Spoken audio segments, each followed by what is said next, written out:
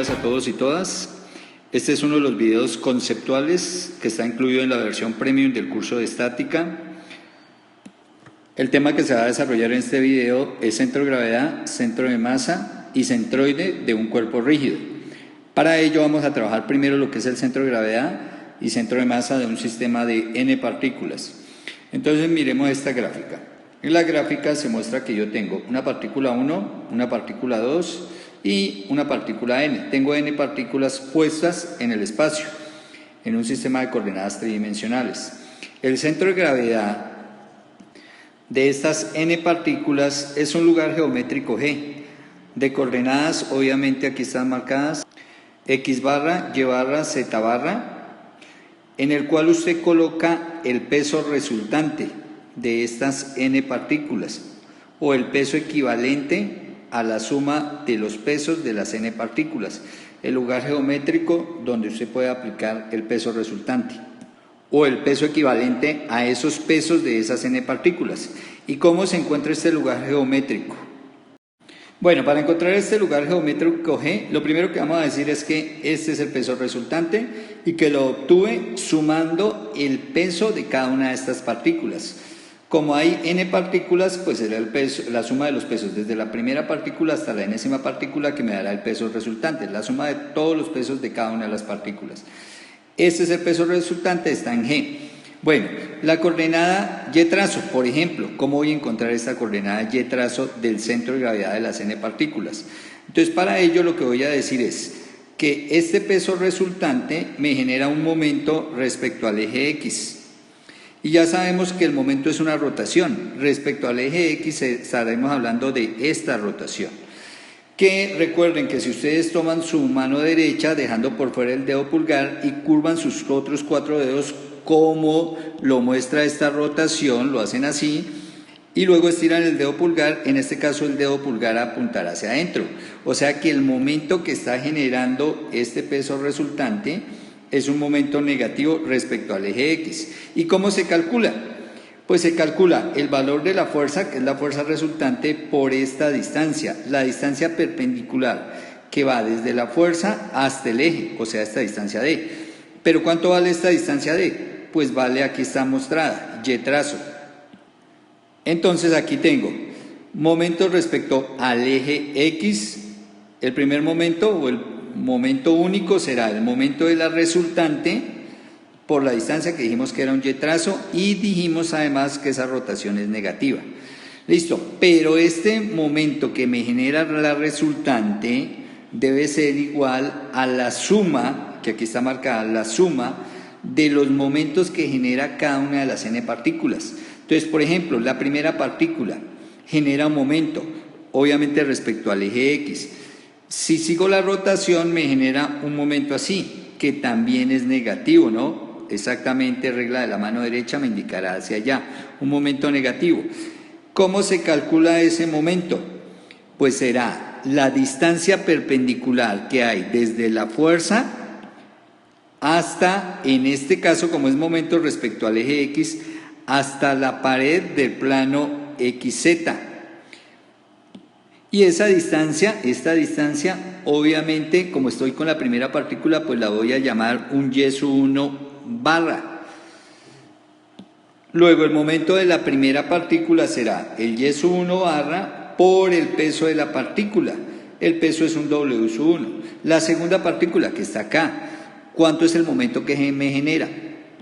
Pues será un y2 barra, que es la distancia perpendicular desde el peso 2 hasta el plano XZ, porque estoy haciendo respecto al eje X. Entonces aquí anotaremos un y2 barra por W2, que también será negativo, ¿cierto? Miren, esa rotación también será negativa, pero estoy factorizando aquí atrás el signo, miren, aquí atrás estoy factorizando todos los negativos. Más, en general, si hay n partículas, la última partícula será un y sub n barra por W sub n. Esos son los momentos. Y si sumo los momentos de las n partículas, debe ser igual al momento de la resultante de las n partículas. Y ahora acá lo que hago es despejar el y barra o sea, el lugar geométrico con respecto al eje Y de este punto G, o sea, este Y barra. ¿Cómo se despeja? Pues sencillamente el peso resultante que está multiplicando acá, pues lo paso a dividir y voy a decir, bueno, aquí yo puedo cancelar en este caso este menos, ¿cierto? Con este menos. Y entonces, ¿qué me va a quedar? Pues que este lugar geométrico Y barra es igual a la sumatoria de los Y sub I por W sub I, o sea, de los momentos de cada una de las partículas, pero sumando todos los momentos sobre el peso resultante. Y así encuentro el lugar geométrico con respecto a Y. Exactamente hacemos lo mismo con respecto a X. Y al hacer exactamente el mismo trabajo, la misma suposición, pero con respecto al eje Y, ¿no? Al hacer la sumatoria de momentos respecto al eje Y, voy a encontrar esta ecuación, que el X barra es igual a la sumatoria de los momentos que genera cada partícula con respecto al eje Y sobre el peso resultante de las n partículas. Ahora, recordemos que estas, así como están estas fuerzas, generan momento, miremoslo, generan momento, genera rotación en este sentido, o sea, alrededor del eje X, pero también genera momento alrededor del eje Y. Ahí está, un momento alrededor del eje Y en esta dirección, momento en Y, y acá en esta dirección un momento en X. Pero que estas partículas así, o estas fuerzas así, no generan momento respecto al eje Z por ser paralelas al eje, ¿no? Entonces las fuerzas paralelas a un eje no generan momento respecto a él. Y entonces la pregunta aquí sería, ¿y cómo obtenemos el Z barra? Pues sencillamente miremos aquí la gráfica. Al reposicionar mis ejes, al colocar aquí mi eje Z, mi eje X, redireccionarlos, fíjese que aquí sí generan estas partículas momento respecto al eje Z. Y esa rotación tendrá este sentido. Y como si hay rotaciones respecto al eje Z, entonces podré calcular aquí de esta gráfica mi Z barra. Y entonces de igual manera el Z barra será la sumatoria de los momentos que genera cada partícula respecto al eje Z sobre el peso resultante de las n partículas. Bueno, y ahí está el lugar geométrico X barra, Y barra, Z barra, ¿cómo lo voy a calcular? Bueno, vale la pena aclarar lo siguiente. Este Y barra, fíjense que la línea es derechita y en cambio este Y sub I, que también es un centroide, la línea es curva. Es porque este no es este mismo. Este estamos hablando que es el de la fuerza resultante, este Y barrita el de la fuerza resultante, o sea y en cambio este curvito es el de cada partícula, que fíjense que son diferentes, ¿no? Es diferente este D a este D. Bueno, una vez hecha la aclaración, entonces vamos a lo siguiente. Esto es para un sistema de n partículas. Vamos para un cuerpo rígido. Bueno, lo primero que tenemos que ver es que este es un cuerpo rígido, ¿cierto? Y un cuerpo rígido está constituido por un sistema de infinitas partículas. Bueno, está primera partícula, segunda partícula, n partículas conforman el cuerpo rígido, donde esas partículas las consideramos infinitas porque son muchísimas. Bueno, cada partícula, como esta que está mostrada, pues tiene un peso, que en este caso, como se trata de n partículas, entonces ya nos vamos al diferencial y nos decimos que es un diferencial de peso. Pero también cada partícula ocupa un espacio. Y como ocupa un espacio, pues hablamos de que esta partícula tiene un diferencial de volumen. Ahora, ¿cómo voy a hallar este punto G? O sea, el centro de gravedad de este cuerpo rígido. Pues este centro de gravedad tiene unas coordenadas, X trazo, Y trazo, Z trazo, o sea, es un punto en el espacio.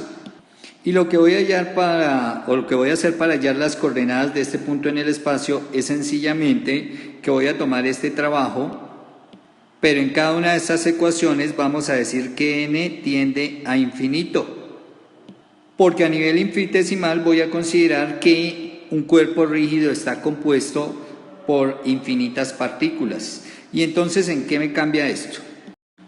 Pues recordemos que esta sumatoria a nivel infinitesimal se hace a través de la integral.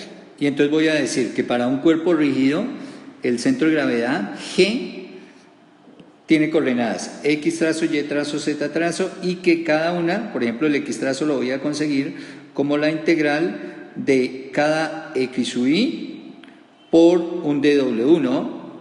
Un diferencial de peso, sobre la integral del dw, que me da sencillamente el peso resultante del cuerpo rígido. Bueno, y este centro de gravedad, fíjese que está en función del peso del cuerpo, ¿no? Del peso del cuerpo. Todas las integrales están en función del peso de W. Ahora, si yo no quiero en función del peso, sino que quiero trabajar en función del volumen del cuerpo, hallar este centro de gravedad, pero en función del volumen, entonces lo que hago es que el peso ya sabemos que es igual al peso específico por el volumen, donde a nivel diferencial tendremos que el dW, o sea el diferencial de peso, es igual al peso específico del cuerpo por un diferencial de volumen. Y aquí abajo exactamente igual, el peso específico por un diferencial de volumen. Vamos a hacer una suposición. Vamos a suponer que este cuerpo es homogéneo y es uniforme. O sea, vamos a suponer que esta densidad es constante. Y si ese es constante, entonces ya sabemos que las constantes salen de la integral y entonces lo que voy a terminar es cancelando estas.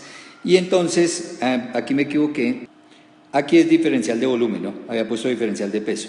Y entonces sencillamente voy a acabar calculando estas dos constantes que son las mismas. Y me van a quedar mis ecuaciones de esta manera, que el centro de gravedad, pero esto ya es en función del volumen, es la integral en la región B de los x sub i por el diferencial de volumen sobre la integral del diferencial de volumen para las coordenadas x trazo, y trazo y z trazo, o sea, para las coordenadas del centroide de este cuerpo rígido. Obviamente en una situación real, pues esta es una función que debe ser o debe estar en función del volumen para poder hacer la integral, y haré las integrales y calcularé el x trazo. O en cuerpos regulares, pues simplemente aplicaré la fórmula de los volúmenes de los cuerpos regulares y podré encontrar rápidamente los x trazo, y trazo y z trazo. Bueno, y esto es para el centro de gravedad G del cuerpo. ¿Qué pasa con el centro de masa? Entonces, para el caso del centro de masa, pues para el centro de masa recordemos que este es el peso específico, que es constante o que estoy considerando constante en mi cuerpo, el peso específico del cuerpo, o sea, un cuerpo homogéneo y uniforme. Pero este ρ, recordemos, o esa densidad de peso, recordemos que es igual a la densidad de masa por la gravedad, donde ρ es la densidad de masa, y es constante si el cuerpo es uniforme, ¿cierto? Y homogéneo. Entonces, dado que este es constante y dada que la gravedad que actúa sobre cada partícula es constante, pues nuevamente esto sale en la integral y fíjense que lo que queda dentro de la integral es exactamente lo mismo. Luego, ¿qué quiere decir? Que tanto el centro de gravedad como el centro de masa de un cuerpo rígido, homogéneo y uniformes son exactamente el mismo. Bueno, entonces aquí está el centro de masa, el centro de gravedad e incluso el centroide del cuerpo rígido exactamente tiene la misma ubicación. Y la ubicación es este punto donde actúa la fuerza resultante, que equivale a la fuerza de las n partículas del cuerpo, este punto. Entonces ese punto es el centro de gravedad, el centro de masa y el centroide del cuerpo rígido para cuerpos uniformes y homogéneos, o sea, con densidades constantes en toda su sección, en todos los planos. Si yo cojo aquí tomamos este plano, le hicimos un corte al cuerpo rígido y sacamos una porción. Esta porción debe cumplir que la densidad de partículas por unidad de área sea fija, pero además debe cumplir que el peso de cada una de estas partículas sea el mismo. Y entonces, si eso se da, puedo decir que el cuerpo es uniforme y homogéneo y que el centro de gravedad, el centro de masa y el centroide de ese cuerpo es el mismo. De manera similar, para encontrar el centroide de área de un cascarón, esta figura es un cascarón, o puede ser una placa plana, si estamos en 2D. Entonces lo que se hace es coger la figura y tomar un elemento de área, que es el que está mostrado acá, y calcular los momentos que genera este elemento de área con respecto al eje X, con respecto al eje Y, con respecto al eje Z, con respecto a cada uno de los ejes coordenados. E igualar, ¿no? Esos momentos, recuerden que se hace toda la sumatoria, todo este proceso, la sumatoria, finalmente voy a llegar a la integral y eso debe ser igual al momento que genera el área total respecto a cada uno de los ejes. Y entonces lo que voy a obtener son exactamente estas mismas integrales, pero ya no en función del volumen, sino en función del área. Entonces voy a decir que el centroide de un área en 3D se calcula de la siguiente manera. Bueno, y ahí están las tres ecuaciones. Centroide en X, centroide en Y, centroide en Z, o sea, las coordenadas X, Y, Z del centroide de esta área, que fíjense que es una superficie en 3D, lo obtengo pues como la integral en la región A de los X y por dA, ¿no? Sobre la integral de dA. Obviamente, si yo quiero hacer la integral, esto tiene que estar en función del área para poder hacer la integral. O si se trata de figuras regulares, pues la técnica es diferente. Simplemente se hace la tablita, que más adelante en otro video lo voy a mostrar, y se calcula el X trazo, el Y trazo y el Z trazo, y se encuentra a partir de eso este punto, las coordenadas de ese centroide. Exactamente igual o similar se hace cuando es una línea. Fíjense que esta es una línea curva en el espacio. Entonces aquí trabajamos con un elemento diferencial de L. Aquí está nuestro diferencial de L. Y las coordenadas del centroide, que recordemos que esas coordenadas son X trazo, Y trazo y Z trazo.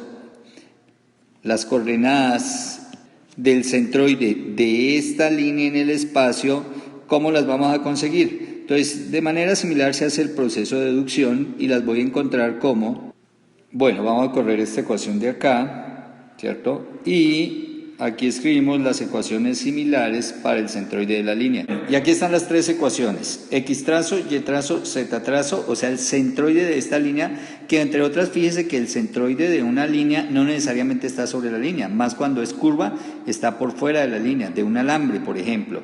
El centroide va a estar por fuera de ese alambre. Y lo consigo con estas ecuaciones, que fíjense que en esencia son las mismas, solo que aquí estamos trabajando, por ejemplo, para el centroide de un cuerpo rígido, estamos trabajando en función del volumen, aquí veo que me faltó la B, en función del volumen, en cambio aquí estamos trabajando en función de la longitud, ¿no? Y por eso la integral va con dl. Bueno, en la versión premium ustedes van a encontrar videos tanto de alambres con formas geométricas comunes, generando el centroide a partir de las tablas, o van a encontrar también videos donde el centroide tengo que utilizar integración para poderlo calcular, y es decir, voy a utilizar estas ecuaciones. Bueno, y ahí está, estas son mis tres ecuaciones para X trazo, Y trazo, Z trazo, que me permiten hallar el centroide de esta línea. Fíjense que el centroide de una línea generalmente no está sobre la línea, está por fuera de la línea. Bueno, y lo único que hago es calcular estas integrales cuando me dan funciones matemáticas. En la versión premium van a encontrar varios ejemplos de cómo se hace con integración, o cuando esta línea tiene formas geométricas comunes, entonces ya lo que se hace no es con integrar, sino a partir de unas tablas. Repito, encuentra videos de estos en la versión premium. Bueno, y finalmente, algo que vamos a tener en cuenta es esto. Los centroides es muy fácil ubicarlos cuando hay ejes de simetría dentro de la figura. Entonces, por ejemplo, este alambre, fijémonos en el alambre. Fíjense que este alambre es simétrico respecto a este eje vertical. Luego el centroide, si este eje vertical es nuestro eje X, entonces el centroide con respecto al eje X, fíjense dónde está el origen. Entonces miremos que si este es el origen de mi sistema coordenado, que lo hago coincidir, el eje Y, el eje de simetría de este alambre, fíjese que es simétrico este alambre, mire esta mitad, si usted coloca aquí un espejo, es esta misma, se ve reflejado esto. Entonces, este alambre es simétrico respecto al eje Y. Quiere decir que en X igual a 0, este es el eje de simetría. Por el lado del centroide en X, ¿no? El centroide en Y, obviamente, mire, aquí está el centroide. Entonces, para la parte Y, obviamente sí va a tener algún valor, ¿no? Aquí tenemos que este será un Y barra, ¿no? Que lo tendré que calcular. Pero con respecto al eje X, este centroide pues está en la mitad. Igual miremos esta viga. Esta viga tiene dos ejes de simetría, ¿cierto? Uno vertical y uno horizontal. O sea, si usted coloca un espejo acá, esta parte superior es exactamente esta misma parte inferior. Igual, si coloca el espejo vertical, la parte izquierda se refleja en el espejo y es simétrica de la parte derecha. Entonces, esta viga tiene dos ejes de simetría. Luego, el centroide estará exactamente en el cruce de los ejes de simetría. Y si es un cuerpo en 3D, fíjese que tiene tres ejes de simetría. Uno con respecto al eje Z, que sencillamente pasa exactamente por la mitad del cilindro, y es es un primer eje. El otro con respecto al eje X, que queda la mitad del cilindro para un lado y la otra mitad para el otro lado. Y el otro con respecto al eje Y. Entonces tiene los tres ejes de simetría. Luego el centroide acá, pues si ajusto mis ejes coordenados exactamente con respecto, por ejemplo, al eje del cilindro, si ven que el eje Z pasa exactamente por el eje del cilindro, y acá con respecto a la mitad del cilindro, igual verticalmente, entonces el centroide tendrá coordenadas 0, 0, 0. Y no tendré que hacer tabla, no tendré que hacer integrales para hallarlo. Sencillamente, cuando hay ejes de simetría, el centroide está sobre el eje de simetría. Bueno, cosas a tener en cuenta. El centroide, recordemos que representa el centro geométrico de un cuerpo. Eso es el centroide, centro geométrico del cuerpo. Pero este centroide de un cuerpo coincide con el centro de masa y con el centro de gravedad para materiales uniformes y homogéneos. Y atrás lo explicamos que era material uniforme y homogéneo. Bueno, las fórmulas que obtuvimos para hallar el centroide, el centro de gravedad, el centro de masa, sencillamente era a partir de un balance entre los momentos que se generaban con respecto a los ejes de rotación, ¿no? Y hay que tener en cuenta que, por ejemplo, en las líneas, el centroide queda fuera del objeto, ¿no? Como este caso. ¿Se acuerdan aquí este caso? El centroide, fíjese, queda fuera del objeto. En cambio aquí, por ejemplo, en el cuerpo rígido, el centroide está dentro del objeto. Entonces hay que tener en cuenta que eso se puede dar en especial para líneas, o para el caso, de, por ejemplo, de un anillo, ¿no? Si se trata de un anillo, aquí dibujamos un anillo. Bueno, miremos este anillo. El centroide de un anillo, fíjese dónde queda. No queda dentro del anillo, ¿no? Dentro de la superficie del anillo no está. Está por fuera de la superficie del anillo. Mírenlo, está acá. Exactamente en el centro de las circunferencias. Y entonces está por fuera de la superficie. Eso se presenta tanto para cuerpos rígidos como para líneas. Nuevamente los invito a que adquieran la versión premium si quieren profundizar en estos temas.